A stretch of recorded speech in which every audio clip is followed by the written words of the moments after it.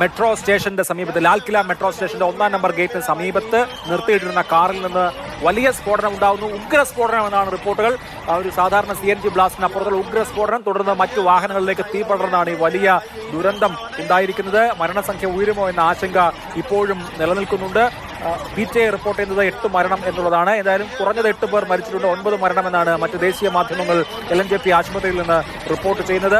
LNJP ആശുപത്രിയിൽ ഞങ്ങളുടെ പ്രതിനിധി അർജുൻ പീതാംബരനുണ്ട്. ഈ ബ്ലാസ്റ്റ് നടന്ന സംഭവ സ്ഥലത്ത് P ബസന്തുമുണ്ട്. മാതൃഭൂമിയുടെ വാർത്താ സംഘം ഈ കൃത്യമായ വിവരങ്ങൾ ഓരോന്നും ഒരു അഭ്യൂഹമോ അതല്ലെങ്കിൽ മറ്റ് തരത്തിലുള്ള കിംവദന്തികളോ ഇല്ലാതെ അവിടെ നടക്കുന്നത് എന്ത് എന്നുള്ളതിനെ സംബന്ധിക്കുന്ന കൃത്യമായ വിവരം പ്രേക്ഷകരെ അറിയിക്കുകയും ചെയ്യും. ഹൈ ഇന്റൻസിറ്റി ബ്ലാസ്റ്റ് ആണ് ഉണ്ടായിരിക്കുന്നത് എന്ന് സ്ഥിരീകരിച്ചു കഴിഞ്ഞു.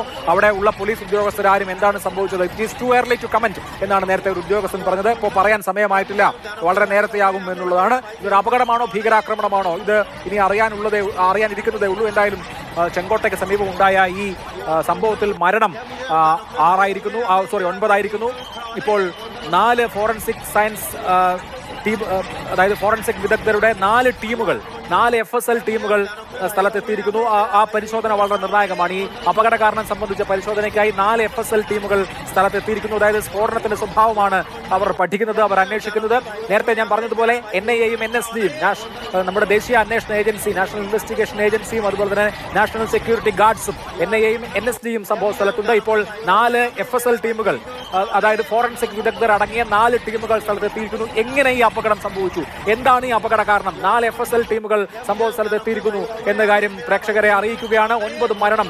ഇതിനോടകം തന്നെ നിരവധി വാഹനങ്ങൾ കത്തിനശിച്ചു എന്നാണ് ഇപ്പോൾ ഡൽഹി പോലീസ് വ്യക്തമാക്കുന്നത്. എന്താണ് സംഭവിച്ചത് എന്നുള്ളതിന്റെ വിശദാംശങ്ങൾ നമ്മൾ ഇനി അറിയാനിരിക്കുന്നതേ ഉള്ളൂ. 4 FSL ടീമുകൾ സ്ഥലത്തുണ്ട്. അവർ ഈ അപകടം സംബന്ധിച്ച് ഏതെങ്കിലും ഇംപ്രൊവൈസ്ഡ് എക്സ്പ്ലോസീവ് ഡിവൈസസ് IEDs ഉപയോഗിച്ചിട്ടുണ്ടോ, അതാണോ സ്ഫോടന കാരണം, അതോ ഇതൊരു CNG ഗ്യാസ് സ്ഫോടനമാണോ, എന്താണ് അപകട കാരണമെന്ന് നമുക്കിപ്പോൾ ഒരു ഊഹത്തിലേക്ക് കടന്നു പോകാൻ കഴിയാത്ത സാഹചര്യമുണ്ട്. എന്തായാലും ഇതുവരെ ഡൽഹി പോലീസ് ടെറർ ആംഗിൾ തള്ളിയിട്ടുമില്ല, ടെറർ ആംഗിൾ ശരിവെച്ചിട്ടുമില്ല. അതുകൊണ്ട് നമ്മൾ അതിൽ ഇപ്പോൾ ഏതെങ്കിലും തരത്തിൽ ഒരു നിഗമനത്തിലെത്തുന്നതിൽ കാര്യമില്ല. ഇപ്പോൾ അർജുൻ ഇപ്പോൾ LNJP ആശുപത്രിയുടെ പരിസരത്തുണ്ട്. അർജുൻ, ഇപ്പോഴെന്താണ് സ്ഥിതിവിശേഷം? പരിക്കേറ്റവരെ പൂർണ്ണമായിട്ടും ആശുപത്രിയിലേക്ക് കൊണ്ടുവന്നു കഴിഞ്ഞോ? നേരത്തെ ഒരു 15 മിനിറ്റ് മുമ്പ് ആംബുലൻസുകൾ സൈറൺ മുഴക്കി ചീറിപ്പായുന്നത് കാണാമായിരുന്നു. ഇപ്പോൾ അത്തരത്തിലുള്ള ദൃശ്യങ്ങൾ ഇല്ല എന്നാണ് ഞാൻ മനസ്സിലാക്കുന്നത്. അതായത് അപകടത്തിൽപ്പെട്ടവരെ മുഴുവനായിട്ടും LNJP ആശുപത്രിയിലേക്ക് എത്തിച്ചോ?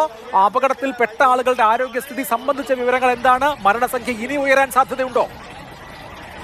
അതിനകത്ത് 1-2 കാര്യങ്ങൾ നമുക്ക് സ്ഥിരീകരിച്ച് പറയാൻ സാധിക്കും. അത് LNJP ആശുപത്രിയിലെ മെഡിക്കൽ സൂപ്പറിൻറ്റൻഡന്റ് തന്നെ നൽകിയിട്ടുള്ള വിവരമാണ്. 15 പേരെയാണ് ഈ ആശുപത്രിയിലേക്ക് LNJP ആശുപത്രിയിൽ എത്തിച്ചിരിക്കുന്നത്. അതിൽ 8 പേർ ഈ ആശുപത്രിയിൽ എത്തുന്നതിന് മുമ്പ് തന്നെ മരണപ്പെട്ടിരുന്നു എന്നുള്ള കാര്യമാണ് നിലവിൽ മെഡിക്കൽ സൂപ്പറിൻറ്റൻഡന്റ് അറിയിച്ചിരിക്കുന്നത്. ഒരാൾ ആശുപത്രിയിൽ ചികിത്സയിൽ ഇരിക്കെ മരിച്ചു എന്നുള്ള കാര്യം കൂടി അറിയിച്ചിരിക്കുന്നു.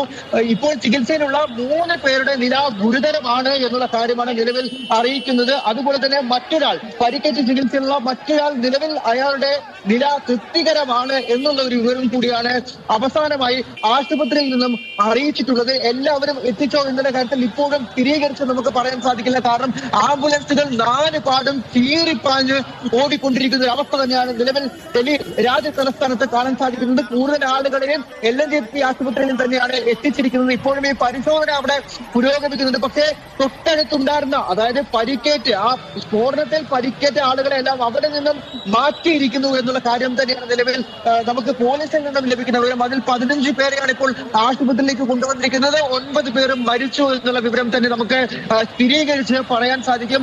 കൂടുതൽ ആളുകൾ ഇപ്പോൾ ഈ ആശുപത്രിയിലാണെങ്കിൽ 3 പേരുടെ നില ഗുരുതരമായി തന്നെ തുടരുന്നു. അതുകൊണ്ട് നമുക്ക് ആശങ്ക അത് ഒഴിയുന്നില്ല. ഇപ്പോഴും വലിയ തോതിൽ ആശങ്ക നിലനിൽക്കുന്നുണ്ട്.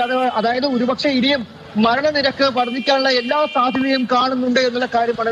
ഈ അപകടം നടന്ന സ്ഥലത്ത് നിലവിൽ വലിയ തോതിലുള്ള പരിശോധന തന്നെയാണ്. അതായത് ഈ ദേശീയ സുരക്ഷാ ഏജൻസി, അന്വേഷണ ഏജൻസികൾ, ഡൽഹി പോലീസിന്റെ സ്പെഷ്യൽ സെൽ, അതുപോലെ തന്നെ ഡോഗ് സ്ക്വാഡ് അടക്കം എത്തിയിട്ടുള്ള വളരെ വലിയൊരു പരിശോധന തന്നെയാണ് ഇപ്പോഴും പുരോഗമിച്ചുകൊണ്ടിരിക്കുന്നത്. നമുക്ക് ഈ മറ്റ് ദേശീയ മാധ്യമങ്ങൾ അടക്കം നൽകുന്ന റിപ്പോർട്ട് അനുസരിച്ച് 24-ലധികം ആളുകൾക്ക് പരിക്കേറ്റു എന്നുണ്ട്. അതായത് ഈ 15 പേരാണ് ഇപ്പോൾ ഈ ആശുപത്രിയിൽ എത്തിച്ചിട്ടുണ്ടെങ്കിൽ മറ്റുള്ളവർ തൊട്ടടുത്ത RML അടക്കമുള്ള ആശുപത്രികൾ ഇവിടെയുണ്ട്. ഇപ്പോൾ എനിക്ക് പുറകിൽ കാണുന്നത് ഈ LNJP ആശുപത്രിയുടെ ഒരു വിഭാഗമാണ്. ഇതിലൂടെ നിരവധി വാഹനങ്ങൾ, ആംബുലൻസുകൾ കയറി പോകുന്നുണ്ട്. ഇതിന് തൊട്ടടുത്ത് തന്നെയാണ് ഈ അതായത് പൊള്ളലേറ്റ് ചികിത്സ തേടുന്നവർക്ക് ശുശ്രൂഷ നൽകുന്ന വിഭാഗവും ആശുപത്രികളും ഉള്ളത്. ഇതിനടുത്ത് തന്നെ ആദമൽ ആശുപത്രിയുണ്ട്, DB പൊണ്ട് ആശുപത്രിയുണ്ട്. അവിടേക്കെല്ലാം തന്നെ ആളുകളെ കൊണ്ടുപോകാനുള്ള സാധ്യത, അതായത് പരിക്കേറ്റ 1, 2, 3 പേരെ അവിടേക്ക് കൊണ്ടുപോകാനുള്ള സാധ്യതയും വളരെ വലുതാണ്. എന്തായാലും ഇപ്പോഴും ആശുപത്രിയിൽ നിന്നും പല ആംബുലൻസുകളും പുറത്തേക്കും പോകുന്നുണ്ട്.